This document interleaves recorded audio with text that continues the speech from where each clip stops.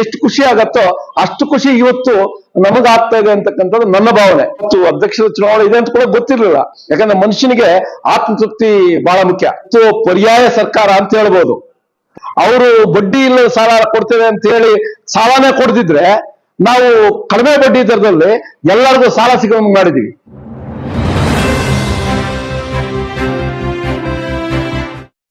ಒಳಗಡೆ ಅನ್ಸುತ್ತೆ ನಮ್ಗೆ. ಐ ಥಿಂಕ್ ನಮ್ಮ ಲಕ್ಷ್ಮಣಗೌಡರು ನಮ್ಮ ರಾಜ್ಯಾಧ್ಯಕ್ಷರು ಕುಡುಮಲೆಗೆ ಬರಕ್ ಕೇಳಿದೆ, ಹ್ಞೂ ಅಂತಂದ್ರು. ಬರ್ತಾ ಇದಾರೆ ಅವ್ರು, ರಾತ್ರಿಗೆ ನೈಟ್ ಆಲ್ಟ್ ಇಲ್ಲೇ ಮಾಡ್ತಾರೆ, ನಮ್ಮ ಮುಳಬಾಗಲ್ಗೆ ಬರ್ತಾರೆ ಕುಡುಮಲೆಗೆ ಅಂದಾಗ ಬಹಳ ಖುಷಿ ಪಟ್ಟೆ. ಯಾಕಂತಂದ್ರೆ ನಾವು ಅವ್ರು ಮೊನ್ನೆ ತಾನೇ ಧರ್ಮಸ್ಥಳದಿಂದ ಹೋಗಿದ್ದಾರೆ.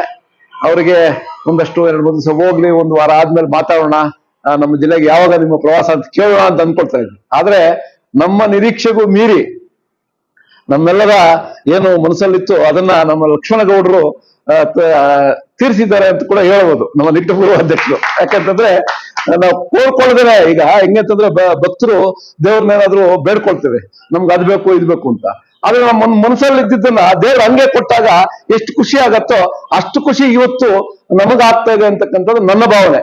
ನಮ್ಮ ರಾಜ್ಯಾಧ್ಯಕ್ಷರಾದಂತ ಮೊನ್ನೆ ನೂತನವಾಗಿ ಆಯ್ಕೆ ಆಗಿರ್ತಕ್ಕಂಥ ನಮ್ಮ ನಟರಾಜ್ ಬಾದಾಮಿ ಅವರೇ, ಅದೇ ರೀತಿಯಲ್ಲಿ ನನ್ನ ಸಹಪಾಠಿಗಳು, ನನ್ನ ಜೊತೆ ಉಪಾಧ್ಯಕ್ಷ ಆಗಿ ಕಾರ್ಯನಿರ್ವಹಿಸ್ತಕ್ಕಂಥ ನಮ್ಮ ವೆಂಕಟೇಶಣ್ಣವರೇ, ಅದೇ ರೀತಿಯಲ್ಲಿ ನಿಕಟಪೂರ್ವ ಅಧ್ಯಕ್ಷರು, ನಮಗೆ ಒಂದು ಮಾರ್ಗದರ್ಶನ.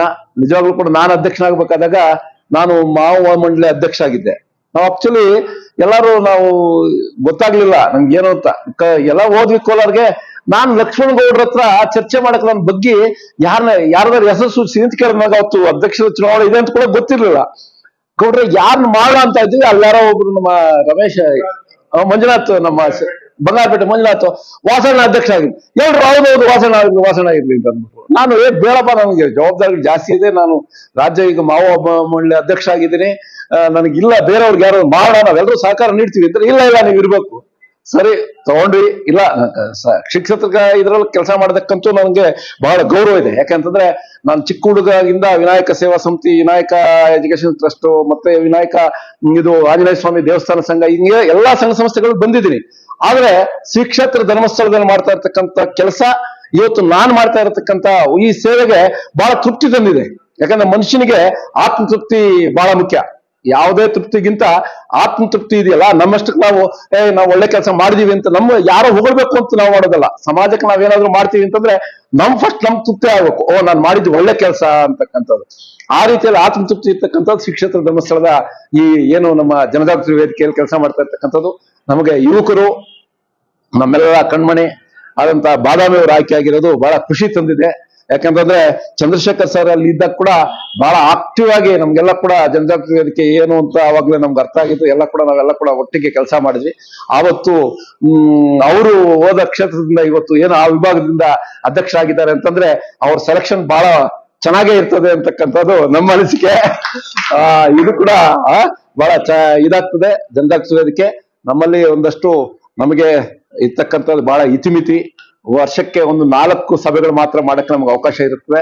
ನಾವು ಅಂದ್ರೆ ಇದನ್ನ ಏನಂತಂದ್ರೆ ಶ್ರೀ ಕ್ಷೇತ್ರ ಧರ್ಮಸ್ಥಳದ ಏನು ಇವತ್ತು SKDPR ಇದೆ ಅಥವಾ ಇನ್ನೊಂದು ಎಲ್ಲಾ ಸೇವೆಗಳಿದೆ, ಅದಕ್ಕೊಂದು ಪೂರಕವಾಗಿ ನಮ್ಮನ್ನ ಹೆಲ್ಪ್ ಒಂದು ಏನು ಸಹಕಾರ ನೀಡೋದಕ್ಕೆ ನಮ್ಮನ್ನ ಸದಸ್ಯನಾಗಿ ಮಾಡಿಕೊಂಡು, ಅಧ್ಯಕ್ಷನಾಗಿ ಮಾಡಿಕೊಂಡು, ನಮ್ಗೇನೋ ಒಂದು ಅಧಿಕಾರ ಅಂತಲ್ಲ, ಇದೊಂದು ಸ್ವಲ್ಪ ನಾವು ಜವಾಬ್ದಾರಿ ಕೈ ಜೋಡಿಸುವಂತ ಸೇವೆ ಮಾಡಕ್ ಒಂದು ಅವಕಾಶ ಸಿಕ್ಕಿದೆ ಅಂತ ನಾವೆಲ್ಲರೂ ಕೂಡ ಇದರಲ್ಲಿ ಸೇವೆ ಮಾಡೋಣ ಅಂತ ಹೇಳ್ತಾ, ಇವತ್ತು ನಾವು ವಿಶೇಷವಾಗಿ ನಮ್ಮ ಅಧ್ಯಕ್ಷರು ಬಂದಿದ್ದಾರೆ, ಅವ್ರು ಮಾತಾಡ್ಬೇಕು. ಶ್ರೀ ಕ್ಷೇತ್ರದ ಬಗ್ಗೆ ಹೇಳ್ಬೇಕಾದಂತಿಲ್ಲ, ಈಗಾಗಲೇ ಹರೀಶ್ ಒಂದಷ್ಟ ಹೇಳಿದ್ರು.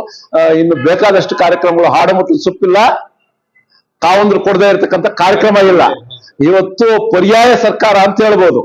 ಪರ್ಯಾಯ ಸರ್ಕಾರ, ಗ್ರಾಮವನ್ನು ಸರ್ಕಾರ ಮಾಡಿದ್ರೆ ಸೇವಾ ಕೇಂದ್ರ ನಾವು ಮಾಡಿದ್ದೇವೆ ಶ್ರೀ ಕ್ಷೇತ್ರ ಧರ್ಮಸ್ಥಳದಿಂದ. ಅವರು ಬಡ್ಡಿ ಇಲ್ಲದ ಸಾಲ ಕೊಡ್ತೇವೆ ಅಂತ ಹೇಳಿ ಸಾಲನೇ ಕೊಡ್ತಿದ್ರೆ ನಾವು ಕಡಿಮೆ ಬಡ್ಡಿ ದರದಲ್ಲಿ ಎಲ್ಲರಿಗೂ ಸಾಲ ಸಿಗೋಂಗ್ ಮಾಡಿದೀವಿ. ಅವ್ರ ಸ್ವಂತ ಶಕ್ತಿಯಿಂದ ಬದುಕಕ್ ಮಾಡ್ತಾ ಇದೀವಿ. ಅವರು ಹೂಳತ್ತಕ್ಕೆ ನಾವು 10 ಕೆರೆ ಮಾಡ್ತೀವಿ ಅಂತಂದ್ರೆ ನಾವು 2 ಕೆರೆ ಮಾಡಲಿ ಪ್ರಾಮಾಣಿಕವಾಗಿ ಮಾಡ್ತಾ ಇದ್ದೀವಿ. ಅವ್ರು 10 ಕೋಟಿ ಹಾಕಿ 5 ಕೋಟಿ ಅಲ್ಲಿ ಖರ್ಚು ಮಾಡದೇ ಇದ್ರೆ ನಾವು 10 ಲಕ್ಷ ಹಾಕಿದ್ರೆ 10 ಲಕ್ಷ ಪೂರ್ತಿ ವಿನಿಯೋಗ ಅಂತ ಕೆಲಸ ಮಾಡ್ತಾ ಇದ್ದೀವಿ ಇವತ್ತು. ಯಾಕಂತಂದ್ರೆ ಪ್ರಾಮಾಣಿಕೆಗೆ ಹೆಸರಾದಂತದ್ದು ಶ್ರೀ ಕ್ಷೇತ್ರ ಧರ್ಮಸ್ಥಳ. ಹೆಸರೇ ಇದೆ ಏನು, ಧರ್ಮಸ್ಥಳ, ಧರ್ಮ ಧರ್ಮ ನಡೆಯುವಂತ ಕ್ಷೇತ್ರ, ಧರ್ಮಸ್ಥಳ ಕ್ಷೇತ್ರ. ಅದರಿಂದ ನಾವು ಯಾವುದೇ ಕಾರ್ಯಕ್ರಮ ಇಲ್ಲಿ ಪ್ರಾಮಾಣಿಕತೆಗೆ ಹೆಸರು. ಪ್ರಾಮಾಣಿಕತೆ ಮತ್ತೊಂದು ಹೆಸರು ಅಂತಂದ್ರೆ ಶ್ರೀ ಕ್ಷೇತ್ರ ಧರ್ಮಸ್ಥಳ. ವೀರೇಂದ್ರ ಹೆಗ್ಗಡೆ ಅವರು. ನಾವು ಇದನ್ನ ಅರ್ಥ ಮಾಡ್ಕೋಬೇಕು. ಇವತ್ತು ಸರ್ಕಾರದಿಂದ ಒಂದು ಕೆರೆಗೆ 17 ಲಕ್ಷ ಬಂದ್ರೆ, ಅದರಲ್ಲಿ GST ಇಂದ ಶುರುವಾದ್ರೆ ಅವ್ರ ಪರ್ಸೆಂಟೇಜ್ ಎಲ್ಲ ಮಾಡಿದ್ರೆ ಅಲ್ಲಿ ಬರೀ 5 ಲಕ್ಷ ಕೆಲಸ ಕೂಡ ಮಾಡಕ್ಕಾಗಲ್ಲ ಆ ಕೆರೆ ಕೆಲಸ. ಆದ್ರೆ ಇವತ್ತು ನಾವು 17 ಲಕ್ಷ ಕೆರೆಗೆ ಸ್ಯಾಂಕ್ಷನ್ ಆಗಿದೆ ಅಂತಂದ್ರೆ 17 ಲಕ್ಷ 10 ಪೈಸೆ ಕೂಡ ಕರೆಕ್ಟ್ ಆಗಿ ಖರ್ಚಾಗಿರ್ತದೆ. ಯಾಕಂದ್ರೆ ಬರೀ ನಾವು ಹೂಳ್ ತೆಗಿಯಕ್ ಮಾತ್ರ ದುಡ್ಡು ಕೊಡ್ತೇವೆ. ಹೂಳ್ ತಗೊಂಡೋಗುವಂತದ್ದು ರೈತರು ತಗೊಂಡೋಗ್ಬೇಕು, ಅದಕ್ಕೆ ಅವರು ಉಪಯೋಗಿಸ್ಕೋಬೇಕು, ಅಲ್ಲಿ ಪೂರ್ಣ ಪ್ರಮಾಣದ ಕೆಲಸ ಆಗ್ತದೆ. ಆ ರೀತಿಯಲ್ಲಿ ಇವತ್ತು ಎಲ್ಲ ಕಾರ್ಯಕ್ರಮಗಳು ಒಂದಲ್ಲ ಎರಡಲ್ಲ. ಇವತ್ತು ಇದು ಮಾಸಾಸನ ನಿರ್ಗತಿಕರಿಗೆ 1,000ದಿಂದ 3,000ವರೆಗೂ ಕೊಡ್ತಕ್ಕಂತ ಮಾಸಾಸನ ಇದೆ. ನಮ್ಮ ತಾಲೂಕಲ್ಲಿ ಹೇಳ್ಬೇಕು ಅಂತಂದ್ರೆ ಸುಮಾರು 700 ಜನಕ್ಕೆ 50 ಜನಕ್ಕೆ, ನಮ್ಮ ಜಿಲ್ಲೆ ಅಲ್ವಾ 700, ಜಿಲ್ಲೆ ಪೂರ್ತಿ ಸೇರಿದ್ರೆ 700 ಜನಕ್ಕೆ ಇವತ್ತು ಪರ್ಯಾಯವಾಗಿ ನಾವು ಮಾಸಾಸನ ಕೊಡ್ತಾ ಇದ್ದೇವೆ. ಅದೇ ರೀತಿಯಲ್ಲಿ ಇವತ್ತು ಸ್ಕಾಲರ್ಶಿಪ್, ಸರ್ಕಾರ ಸ್ಕಾಲರ್ಶಿಪ್ ಹಾಕ್ಬೇಕಾದ್ರೆ ಎಷ್ಟೋ ಇದಿದೆ. ಆದ್ರೆ ನಮ್ಮಲ್ಲಿ ವೃತ್ತಿಪರ ಶಿಕ್ಷಣ ಮಾಡುವಂತ ವಿದ್ಯಾರ್ಥಿಗಳು ಇವತ್ತು ಸ್ಕಾಲರ್ಶಿಪ್ ಕೊಡ್ತಾ ಇದೆ, ವರ್ಷ ಪೂರ್ತಿ ಕೊಡುವಂತದ್ದು.